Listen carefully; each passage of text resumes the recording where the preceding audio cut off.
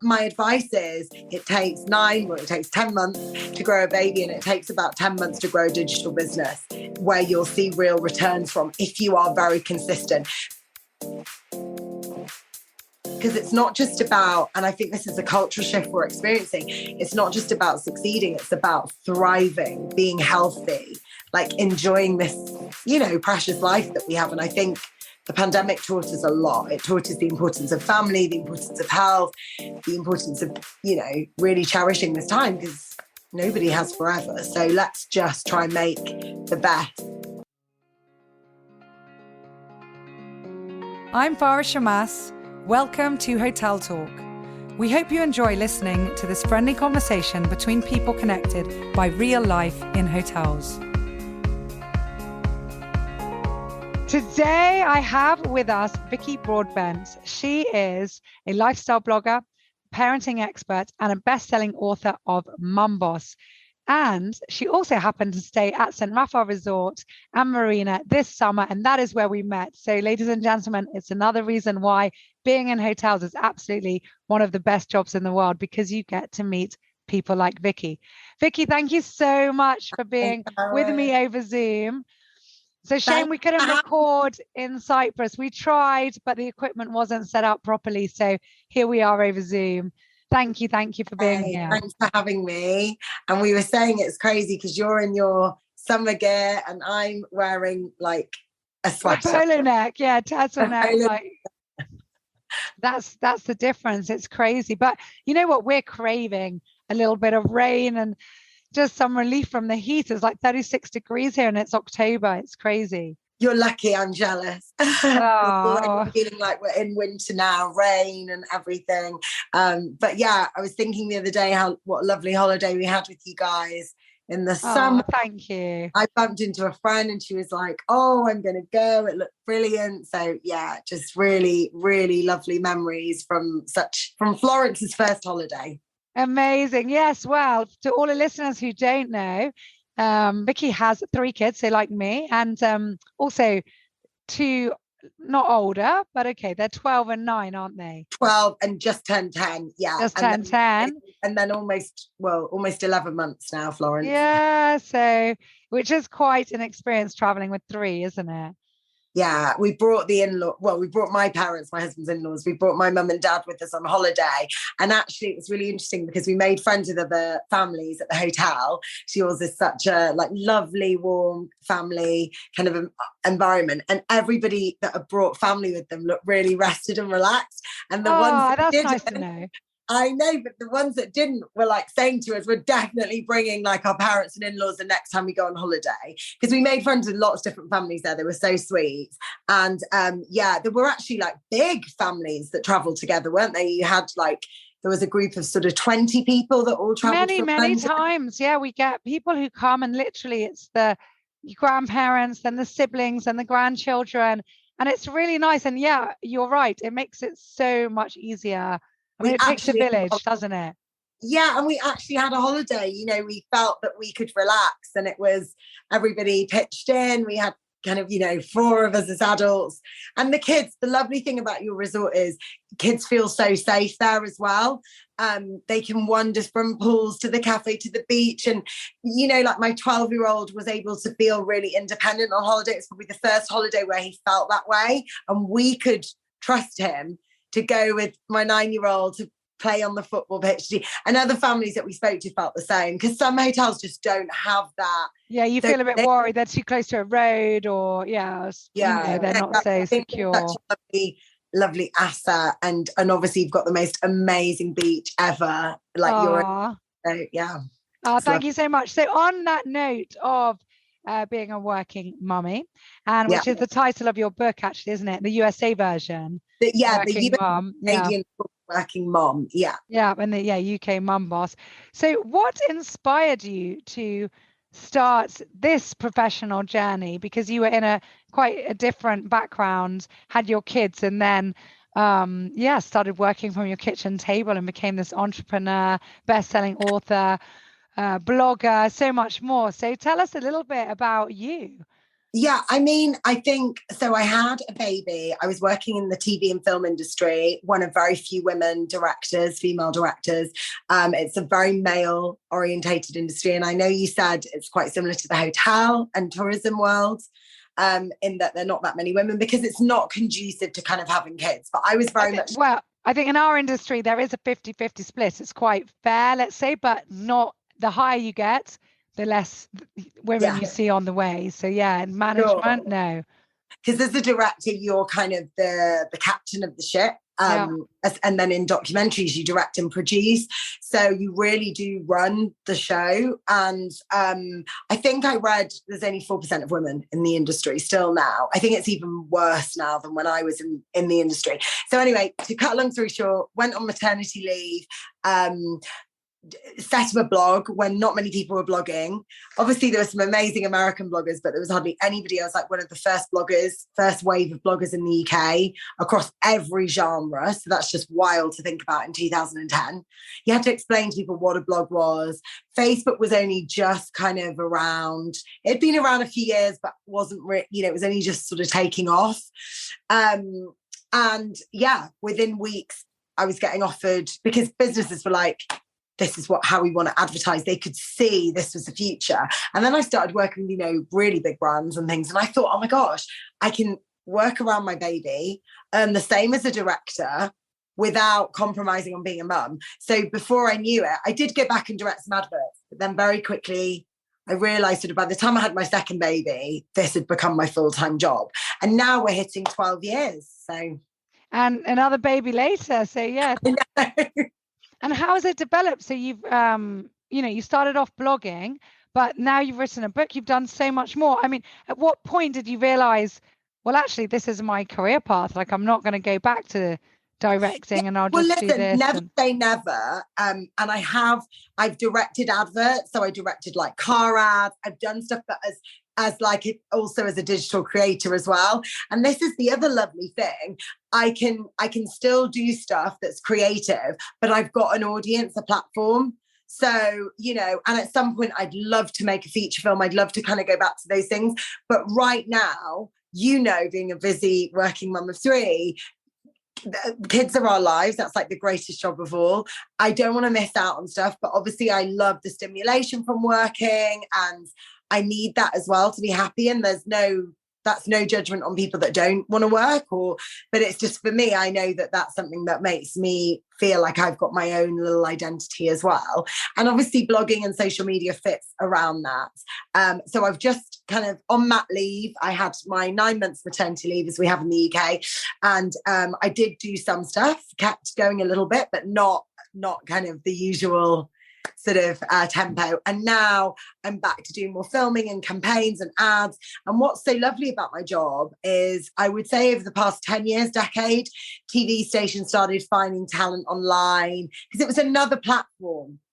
And so I got to do TV, and I got to do radio, and I'm a regular on BBC Radio 5 Live, and I do, hour-long shows and things. And it's just amazing that I've been able to carve a really eclectic media career, like diverse media career, from just putting myself online, really. That's amazing. And well, you went on to write a book. So how did that come about? What was it? I mean, I'm not going to ask what the inspiration was because it's called MumBoss. But yeah, really, what was the point that you said, oh, actually, I need to write all of this into a book? I was one of the first. There was a few of us that were really candid about how we were building a business as mums. Obviously, I was a director. My master's was in screenwriting and direction. I went to a great uni in London, Goldsmiths, University of London, and I got my master's quite young. I was 19, and then I went straight into the film industry. I'd worked all my way through uni at the BBC in various places. So I felt that when I started this blog and I'd found a way, well, it sort of found me. It was an accidental career, but I was able to build a business and monetize and essentially have an online magazine with the social media handles. I wanted to share this with other parents who were given the short straw in the workplace, because we have, quite a difficult situation in the UK where, the maternity rights aren't great and there isn't. So I wanted to say, look, if you want to do this, there is a way that you can work flexibly, which isn't the norm. It's still not the default, despite the pandemic. So this is a way that you can work around your kids, not miss out, earn really good money. This is how I did it. So I wrote a blog post that became very, very popular and helped a lot of women. And I was approached by a big publisher, one of the biggest in the UK, who said, and they're based in America as well, who actually wanted me originally. They approached me, I won't say who it is. They approached me to write kind of a bit of an autobiographical piece. It wasn't quite the right fit.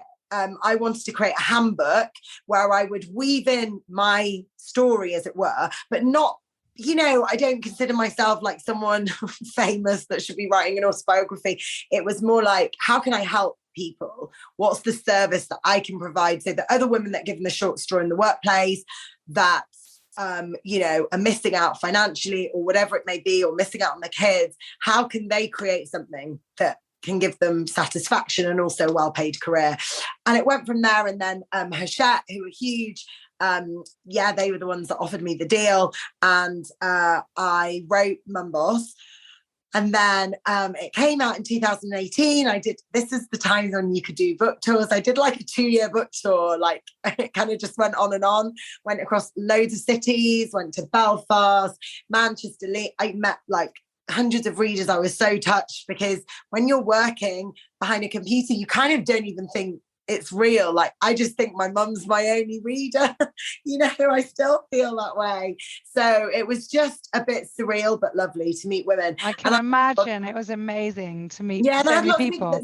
They were the reason, the book contributed to them leaving their jobs. And that was people like everyone from doctors to kind of, actors. And I thought, oh my gosh, I've got a responsibility here. I hope everything goes well. And I get letters still saying, emails saying, things have panned out and I've written this book and I've done this. And it's just nice to have made a tiny little impact on, so many people's lives. So what are your tips? What are your tips for balancing and for having that bit of relief from a typical job where they're not feeling appreciated and not spending enough time with their own kids? What are your main tips, without obviously doing a spoiler alert for the book, because we want everyone to buy the book? Sure, thank you.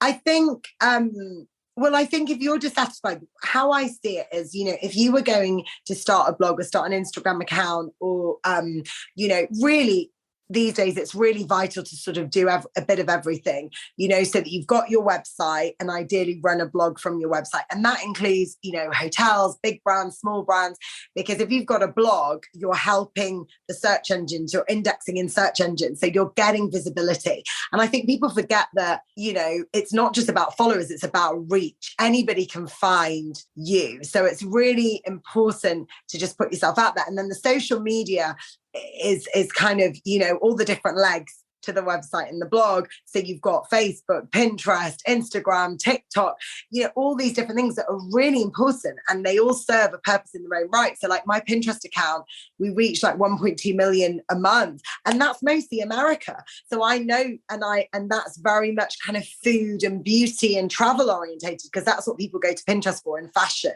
Whereas the blog, people are there to read in a more lengthy way. So you've got to get to know all the different things, but you can absolutely build a business. What my advice is, it takes 10 months to grow a baby, and it takes about 10 months to grow a digital business where you'll see real returns from, if you are very consistent. So if you're starting with a blog, you need to blog at least twice a week. If you've got, say, a clothes brand and on your website, you need to be having a blog on that website, publishing a blog and publishing posts on that blog twice a week, so that will then help the visibility of your clothes business. So, and you need to be sharing, you need to be creating video content. You don't have to overwhelm yourself. I would say really focus on maybe 3 social media platforms. So you don't have to do everything at the same time, but look at what interests you, bring personality to your storytelling. We're storytellers ultimately. So for me, it's sharing what I'm learning as a parent. That's kind of the main foundation of my blog, but I'm also sharing recipes, beauty, like travel, destinations I love. It's very much like a lifestyle blog as well, and sharing kind of, healthy eating, all sorts of things. Find what you're passionate about, I would say create a plan, have a contingency as well. So save some money so that, you know, don't just launch into the abyss. And gradually, if you've got, I call it the A and B job, if you're working in your job, build your blog, find time, mornings, evenings, find some time to sort of slowly build. And then you will get to a tipping point where you're like, right, actually, I'm earning enough now to resign. So that's kind of, and for me, it made sense because I built my business over mat leave. So that's kind of quite a good window if you're thinking about that. But then lots of careers in digital now. You don't have to be your own boss if you don't want. You could become a social media marketing manager. You could work for a firm as a PR. There are lots of different ways to kind of take that skill set. And work from home and be more flexible, I guess. And especially the pandemic really propelled that side of business, because so many people realized, wow, the hybrid system does work, or having a certain type of team member who's at home and isn't physically in an office is also okay. And everything's changed. Real estate, business models, so many things have changed now for the better, hopefully. Yeah, absolutely. I think people, employers realize that they can really trust their employees as well to be working from home. There's been a shift here now where a lot of people have gone back to the office. So flexible's not like the default. It would be great if it was. And that's really important, and I'm hoping that shift kind of does lean that way, because I think for both mums and dads, it gives them that flexibility. And actually, there was research that showed that employees were working even harder working from home. So were working later and longer, and they felt more committed, but they were still able to do things like the school run and have lunch with their babies if they're at home. And I think what the pandemic did was it taught us that we all really do need to slow down. And for me, I started what I like to term as working smartly. A few years before the pandemic, I had a thyroid operation that kind of made me stop in my tracks. And I had to really be incredibly focused on healing and being well, and not sort of, and it changed everything. And I started working really smartly. I was like, how can I do less? How can I take on fewer campaigns, but for more money, so that I'm still growing my business? So the business model prevailed, but it was done in a way that freed me up and freed a lot of my time, so that I could go from a 4-day working week, say, to a 2 or 3 or 2.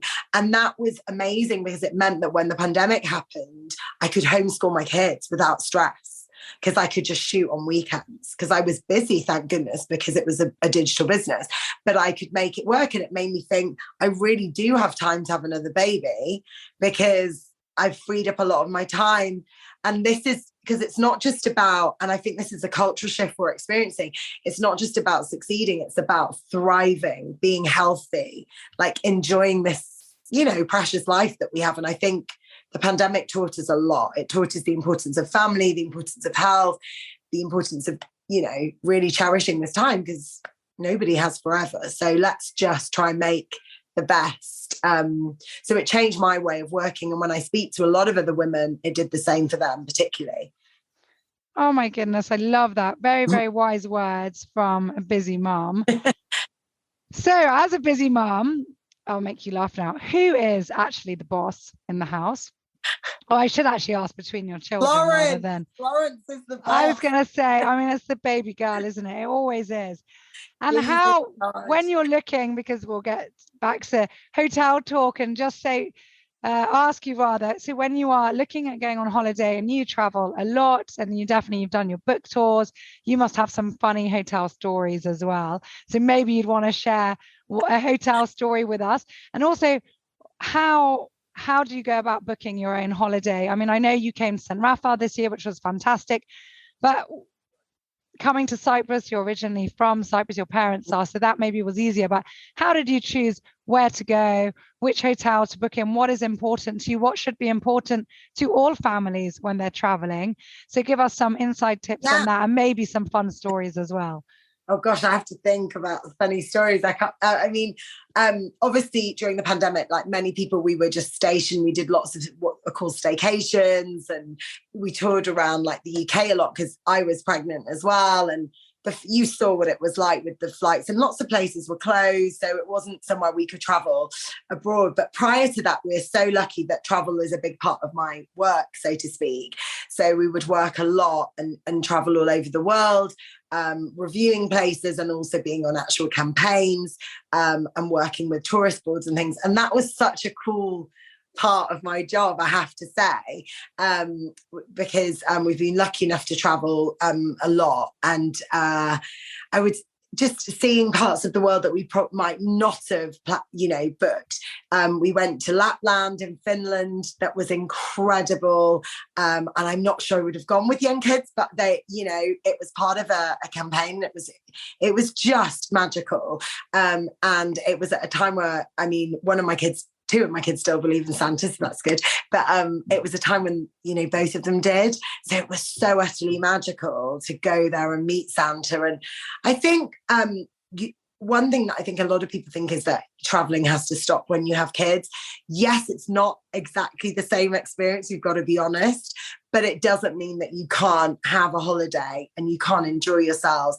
And I think the key is to find the best places, of most family orientated places, and really do your research before you get to that place. So places that are, well located to kind of local amenities, have lots of things, on site. You're very lucky you're a resort, so you don't even have to leave the resort if you don't want to. And if you've got really young children, you might not want to be doing that or hiring a car. And so I'm always looking at, so when we booked with you guys, we were looking for somewhere that could offer us luxury, but like that was family orientated. So we didn't have to compromise on like a really beautiful setting, gorgeous beach. We're like beach lovers. So, my husband grew up abroad as well. So it's like a beach is really important to us. And my kids love the beach. So, but also you've got the swimming pools and activities and kids club and restaurants, and you don't have to we didn't really want to hire a car because Florence hates cars and traveling in cars. So we just thought easy, let's relax. And I think lots of parents are looking for those sorts of holidays, really. But yeah, when we recorded this in the hotel, I'm sure I told you funny stories. I can't actually remember any now of trips, but we've had some amazing trips. And I bet you stayed at some really, like on the book launch, you must have stayed in some nice hotels, but then maybe some, not so ideal, depending on your location. It was a real mix, to be honest. We stayed in some pretty amazing hotels as well, and even in London. And so when you guys came to London, were you at the Jeremiah?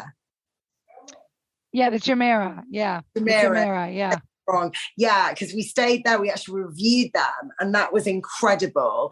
And they even had a driver for us that they drove us around. They really looked after us, and that was amazing. I loved their pool there as well because they don't put chlorine in it, and they gave us like paper costumes. It was like really it's beautiful. My husband loves the pool in Jumeirah, London. Yeah, it's really lovely. And I mean, I was lucky enough that I was the resident blogger for the Royal Garden Hotel for 3 years. So I was so lucky, that was like my second home.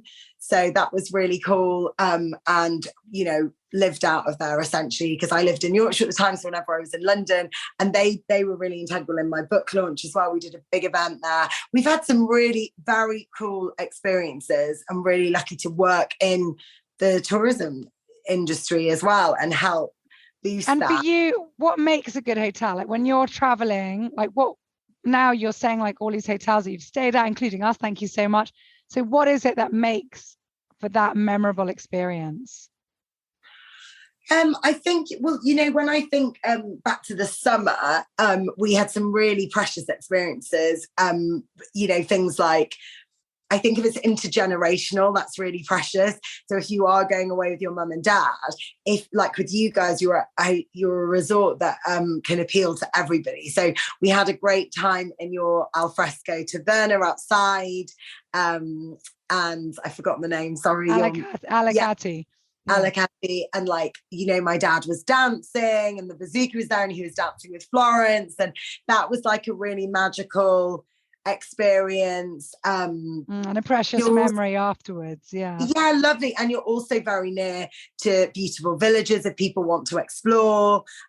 We found some really gorgeous places nearby as well. And I think that's really nice. I think a memorable holiday is one which is as stress-free as possible. You want amazing food, excellent food, and, you know, an entertainment for the family. You want them to be able to be busy, to be, and I, like I say, I made like really good friends there, and still I made a close friend there, a French lady who lives in London, who we got on really well with, who was there with her family.